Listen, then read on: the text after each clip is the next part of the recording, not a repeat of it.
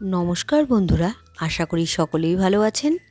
আমার চ্যানেলে সবাইকে স্বাগতম। আপনি যদি নতুন নতুন নাস্তার রেসিপি খুঁজে থাকেন, তাহলে আজকের এই সাবুর পকোড়ার রেসিপি আপনার জন্য।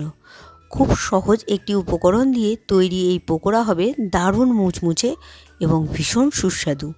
চা, কফি কিংবা বৃষ্টির দিনে আড্ডা, সব কিছুর সঙ্গে এই রেসিপি একেবারে পারফেক্ট। তাহলে আর দেরি না করে ঝটপট রেসিপিটি শুরু করি। আমি সাবুর পকোড়া বানাবো। নিয়েছি সাবু, এখানে 100 গ্রামের থেকে একটু কম আছে। আমি জলে ভিজিয়ে রেখেছি 3 ঘন্টার জন্য। 3 ঘন্টা হয়ে গিয়েছে, এবার আমি জলটা ছেঁকে নেব। আমি জল ঝরিয়ে নিয়েছি সাবু থেকে। এবার আমি এর মধ্যে দিয়ে দিব 2 চামচের মতো চালের গুঁড়ো আর 2 চামচের মতো ময়দা। এবার দিয়ে দিচ্ছি 2 চামচের মতো টক দই। আর নিয়েছি কিছু ইনগ্রেডিয়েন্টস। এখানে পেঁয়াজ কুচি, কাঁচা লঙ্কা কুচি, ধনেপাতা কুচি আর কারি পাতা কুচি আছে। প্রথমেই আমি দিয়ে দিলাম কাঁচা লঙ্কা কুচি আর দিয়ে দিচ্ছি এর মধ্যে কারি পাতা কুচি। এবার এর মধ্যে দিয়ে দিব পেঁয়াজ কুচি। এখানে 1.5 খানা পেঁয়াজ আছে, আপনারা চাইলে 2টোও পেঁয়াজ দিতে পারেন। পেঁয়াজ কুচি দিয়ে আমি এখানে দিয়ে দিলাম ধনেপাতা কুচি। এবার স্বাদ অনুসারে নুন আর দিয়ে দিলাম সামান্য পরিমাণ হলুদ গুঁড়ো আর লাল লঙ্কা গুঁড়ো। এবার হাতেই ভালো করে মেখে নিতে হবে। আমি কিন্তু কোনো রকম জল ব্যবহার করিনি, শুকনোই মেখে নিয়েছি। টক দই থাকার কারণে খুব সুন্দরভাবে মাখাটা হয়ে গিয়েছে।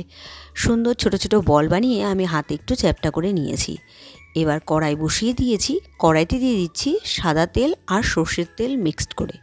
আপনারা চাইলে সম্পূর্ণ সাদা তেলেও ভেজে নিতে পারেন। তেল গরম হয়ে গিয়েছে, আমি সাবুর পকোড়াগুলো একে একে তেলে দিয়ে দিলাম।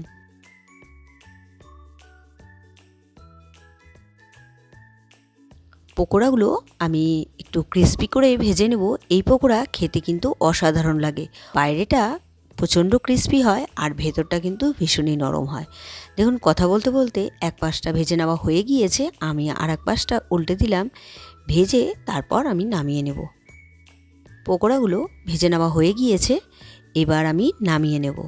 একইভাবে আমি বাকি পকোড়াগুলো ভেজে নামিয়ে নিয়েছি। তৈরি হয়ে গেল আজকের রেসিপি সাবুর পকোড়া। আজকের এই সাবুর পকোড়ার রেসিপিটি আপনাদের কেমন লেগেছে অবশ্যই কমেন্ট করে জানাবেন। রেসিপিটি যদি আপনাদের ভালো লেগে থাকে তাহলে ট্রাই করার অনুরোধ রইল। আর ভিডিওটি ভালো লাগলে like, comment, share and subscribe করতে ভুলবেন না। বাই।